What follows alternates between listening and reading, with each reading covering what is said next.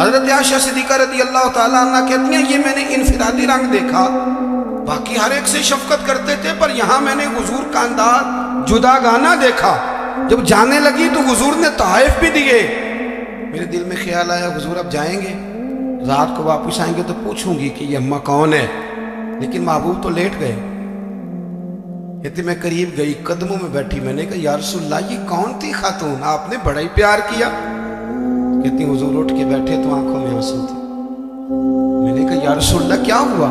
تو محبوب فرمانے لگے عائشہ یہ نا میری پہلی زوجہ سیدہ خدیجہ کی سہیلی تھی، یہ جب ہم مکے میں رہتے تھے تو یہ آیا کرتی تھی، خدیجہ کھانا بھی کھلاتی تھی، پیار بھی کرتی تھی، تحفے بھی دیتی تھی۔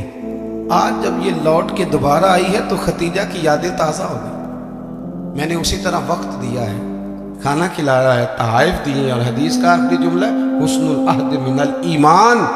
محبوب فرمانے لگے وعدے، عہد اور رشتے اچھے طریقے سے نبھانا یہ بھی ایمان کا حصہ ہے، تعلقات اچھے طریقے سے نبھانا یہ بھی ایمان ہے۔ بہت فکر کے ساتھ شریعت کے دائرے کے اندر رہ کے نکاح کیا جائے۔ دیکھیں کسی کے دیندار ہونے کا پتہ ہی تب چلتا ہے جب اس کے گھر میں کسی کی شادی ہوتی ہے، محفل میں تو سارے نیک ہوتے ہیں، تبھی تو پتہ چلتا ہے اب اس کا دین سے کتنا رشتہ ہے۔ شریعت کے دائرے میں رہے، نکاح کو آسان کریں۔ پھر اگلی جو بات ہے وہ یہ ہے کہ محبوب کریم کی شریعت اور سنت کے مطابق ہمارے یہاں طلاقیں بہت زیادہ ہو رہی ہیں۔ اس کی بنیادی وجہ یہ ہے کہ ہم طلاق کے مسائل نہیں سیکھتے، اس کی ہمیں ضرورت ہے۔ جب آپ شادی کریں حیض و نفاس کے، طلاق کے مسائل، ان چیزوں کو سیکھ لیں تاکہ بعد میں کوئی دشواری نہ ہو۔ بعد میں پوچھنے آتے ہیں کہ مولانا اب یہ کر لیا ہے تو اب کیا کروں، تو میں کہتا ہوں یہ کبھی تھوڑا سا کسی مولانا سے پہلے بھی رابطہ رکھ لیتے نا، اتنے فضول خرچے ہوتے ہیں۔ اور جب نکاح میں حق مہر کی باری آتی ہے نا تو کہتے ہیں شرعی رکھ لو، میں نے کہا باقی سارے کام غیر شرعی، اور حق مہر شرعی۔ حق مہر شرعی یہ ہے کہ جتنا لڑکا دے سکے۔ ایک صحابی نے اپنی بیوی کو حق مہر میں پورا باغ بھی دیا تھا، جتنا کوئی یہ کوئی نہیں ہے 32.5 روپے پتہ نہیں کہاں سے نکل آئے ہیں، کوئی ان کا تعلق نہیں ہے، جتنا خامد حق مہر حیثیت ہو اتنا دے۔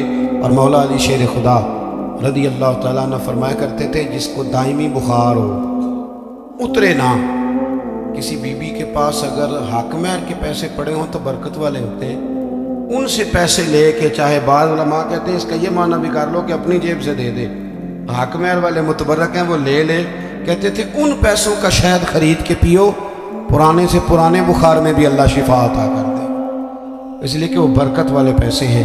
میں دعا کرتا ہوں اللہ ہماری اس عزیز پہ کروڑوں رحمتیں فرمائے، اللہ کریم ان کی زندگی کے سارے معاملات میں آسانی فرمائے۔ آپ کی محفل اگر جاری رہے گی بڑی اچھی بات ہے، محفلیں تو سرکار کی ہیں۔